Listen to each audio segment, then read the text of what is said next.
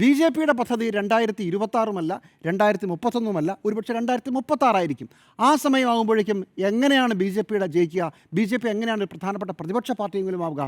അതാണ് B J പിയുടെ plan. അത് കോൺഗ്രസ് ഇല്ലാതാവുക എന്നുള്ളതാണ്. കോൺഗ്രസ് ദുർബലമാകുന്ന സ്ഥലത്തേക്ക്, ആ സ്പേസിലേക്ക് ബി ജെ പി മുന്നോട്ട് കയറുകയും ഒരു പ്രധാന പ്രതിപക്ഷ പാർട്ടിയായി മാറുകയും ചെയ്യണം. അതിനിത്തവണ ബി ജെ പിക്ക് ഒരു 10 സീറ്റെങ്കിലും പിടിക്കണം. എന്നാലേ ബി ജെ പിയുടെ പ്രധാനപ്പെട്ട പ്രതിപക്ഷ പാർട്ടിയായി ജനം പരിഗണിക്കുകയുള്ളൂ. ഇപ്പോൾ പാർലമെൻറ്റ് തിരഞ്ഞെടുപ്പിൽ എങ്ങനെയാണ് ബി ജെ പിക്ക് തൃശ്ശൂർ ഒരു സീറ്റ് കിട്ടിയത്?